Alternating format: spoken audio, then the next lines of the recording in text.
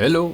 Oui, vous l'aurez attendu cet épisode 8, et il faut dire que tout a pris nettement plus de temps que prévu.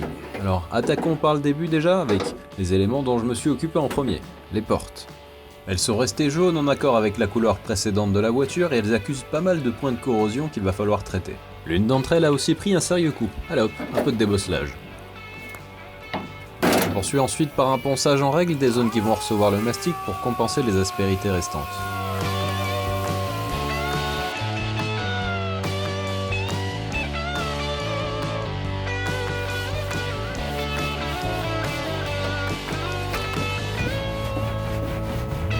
Le mélange avec le catalyseur est primordial pour que le mastic puisse correctement durcir et sécher, mieux aussi appliquer.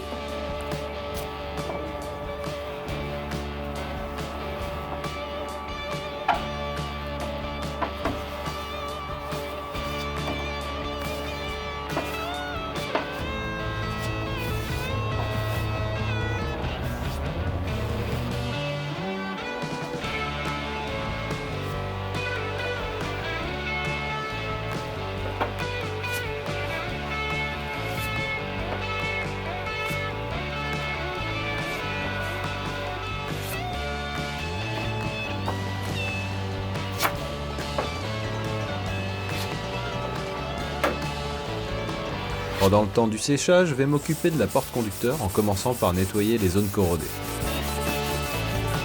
Je passe ensuite un convertisseur de rouille.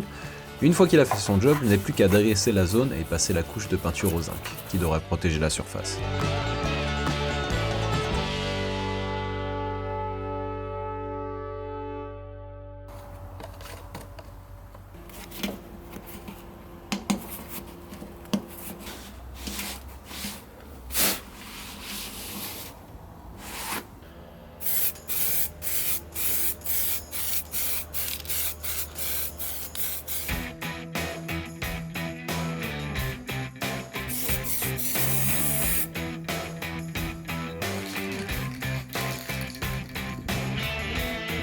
Je reviens à ma porte arrière pour y appliquer un guide de ponçage qui va m'aider à trouver les derniers défauts à poncer ou à combler au mastic.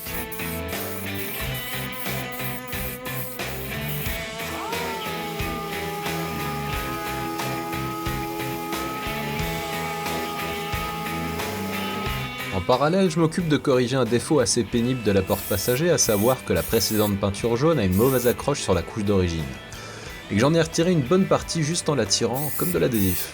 La partie basse est tétanue, donc une couche d'après phosphatant et une couche d'après de finition sur le reste de la pièce.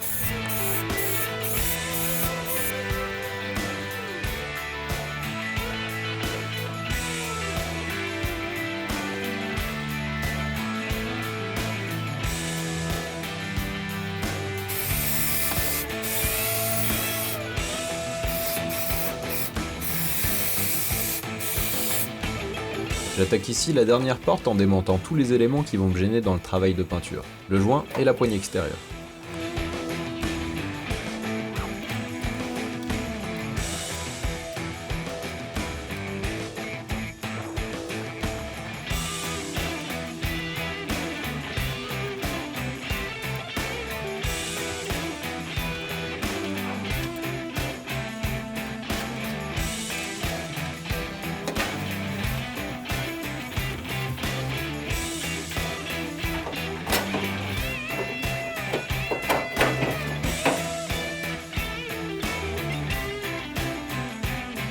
Tant qu'à faire, les charnières y passent aussi. Pour obtenir une bonne accroche uniforme, je retire aussi à la brosse rotative les restes du joint souple.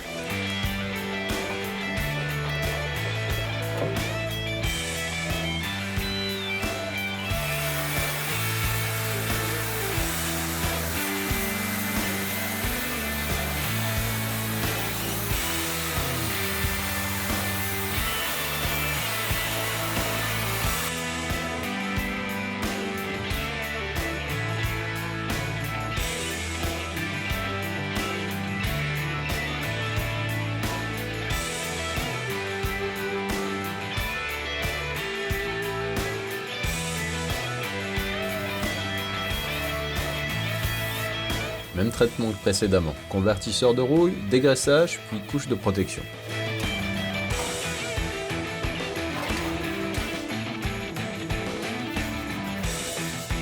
Il vaut mieux poncer les zones qui vont recevoir de la peinture pour éviter qu'elles aient tendance à partir après qu'on ait passé d'autres couches par-dessus.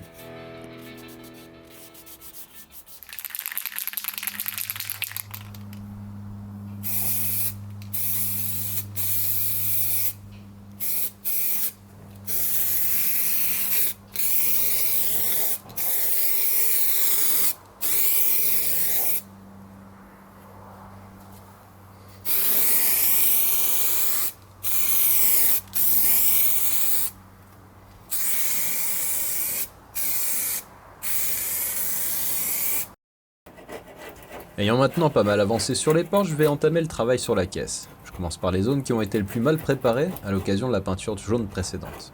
Évidemment, ce sont les endroits les plus pénibles à poncer, sans surprise.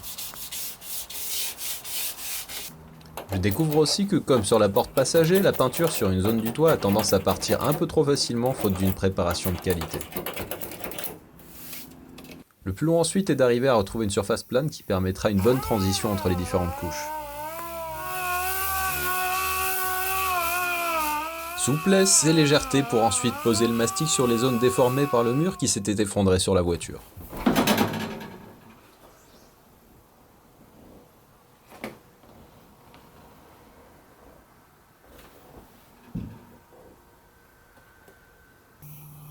Tous les défauts doivent y passer. Ma patience est ici mise à rude épreuve. Les jours de préparation se transforment déjà en semaines et il reste beaucoup à faire.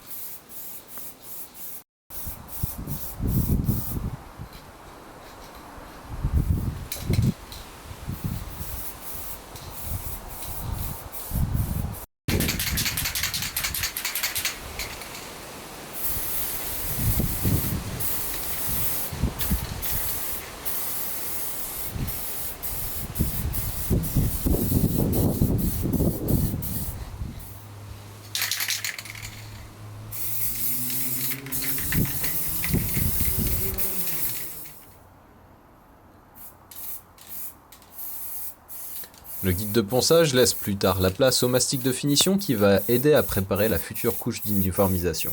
J'en reparlerai ensuite.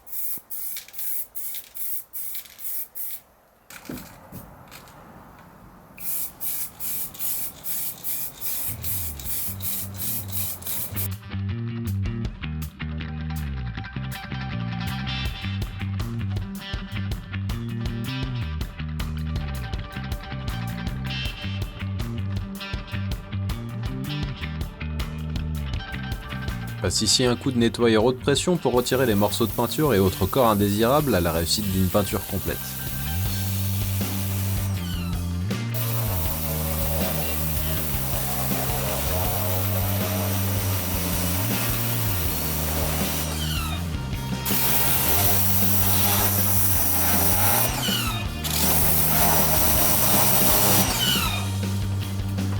Il faut porter une attention toute particulière à la protection des arches de roue exposées à l'humidité, surtout qu'elles sont recouvertes par des éléments chromés qui peuvent retenir la saleté. Pour accéder à la plaque séparant le couvercle de coffre de la lunette arrière, je dépose l'audit couvercle et notez que je travaille encore la forme de l'aile arrière droite que j'avais grossièrement arrangée l'an passé. On voit un peu de mastic ici.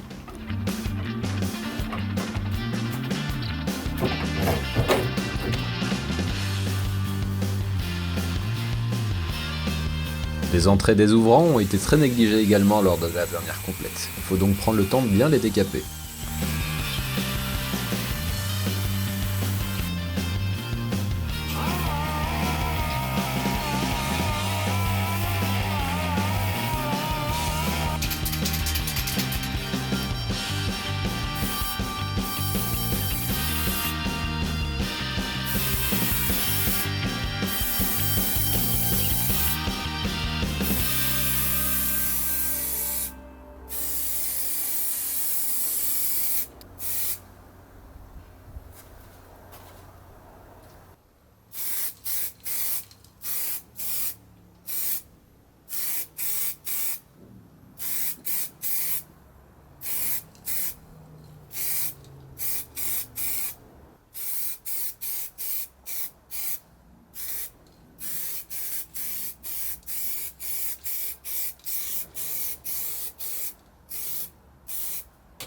Encore un élément qui a souffert du fameux mur. Je travaille la pièce sur place pour ne pas être embêté par les déformations qui peuvent arriver lorsqu'on démonte une pièce aussi fine et longue.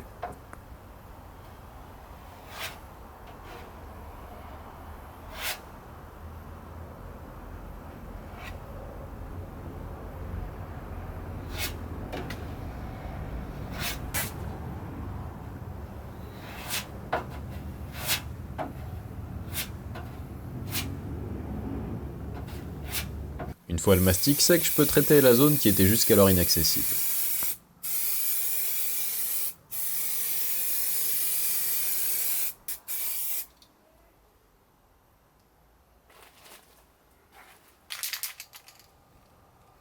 Je prépare et traite également les arêtes du capot avant.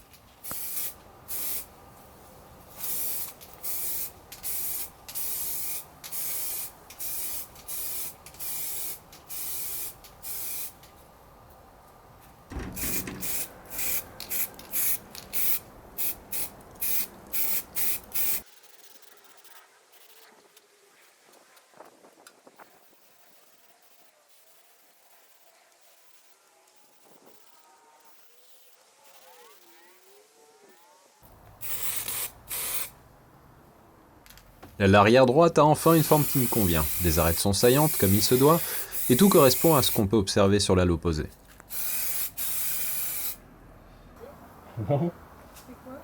Allez, on va attaquer le travail de peinture. Je ne vais pas passer d'après dans le cas présent, mais plutôt finir le pot de peinture fourni avec la voiture. C'est une teinte blanche que je vais passer sans trop charger, et que je poncerai par la suite en vue de la peinture finale.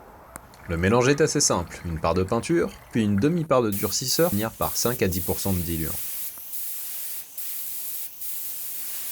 J'ajuste les réglages du pistolet et c'est parti pour ce premier test opéré sur une porte précédemment préparée.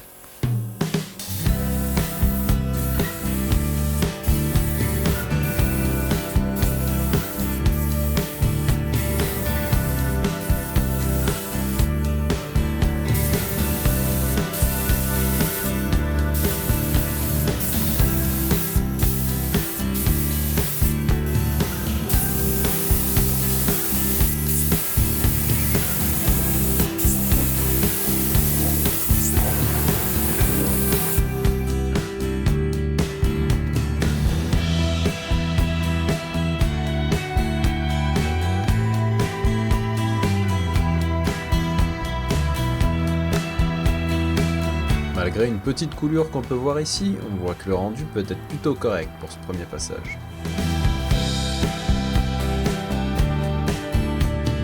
On peut donc poursuivre avec le reste des intérieurs de porte et la face extérieure pour celle peinte juste avant.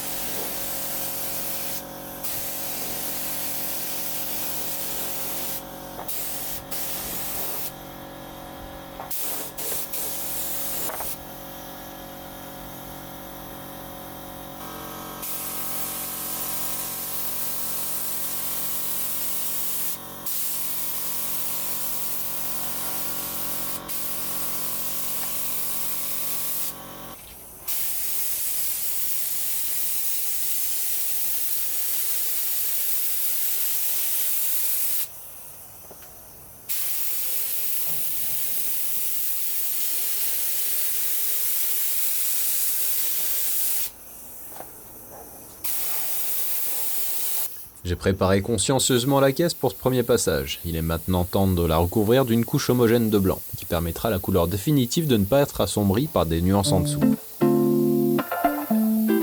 J'ai commencé par le toit pour poursuivre sur les intérieurs des ouvrants et terminer sur les surfaces les plus accessibles.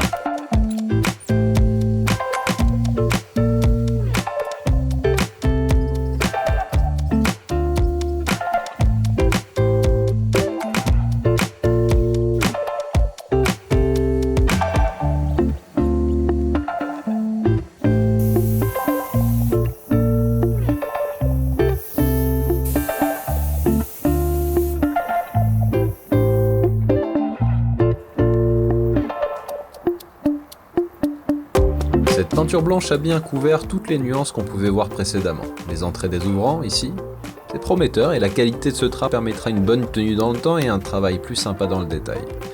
N'ayant pas beaucoup chargé, il y a très peu de brillance et ce n'est de toute façon pas les faire chercher.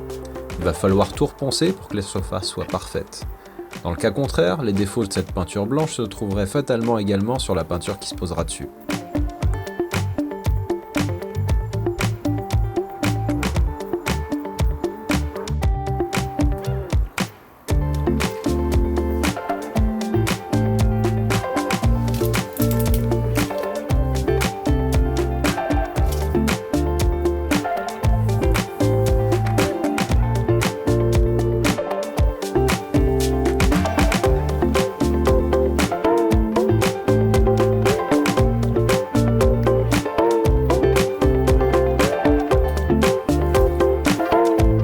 Évidemment, je n'ai pas manqué de faire quelques belles coulures sur les ailes avant. Bon, à poncer et à repeindre juste avant d'enfin en terminer avec cette complète. Le petit test réalisé sur la porte conducteur est assez prometteur. Alors, vous vous demandez quelle est cette couleur définitive? La réponse durant le prochain épisode. Bye bye!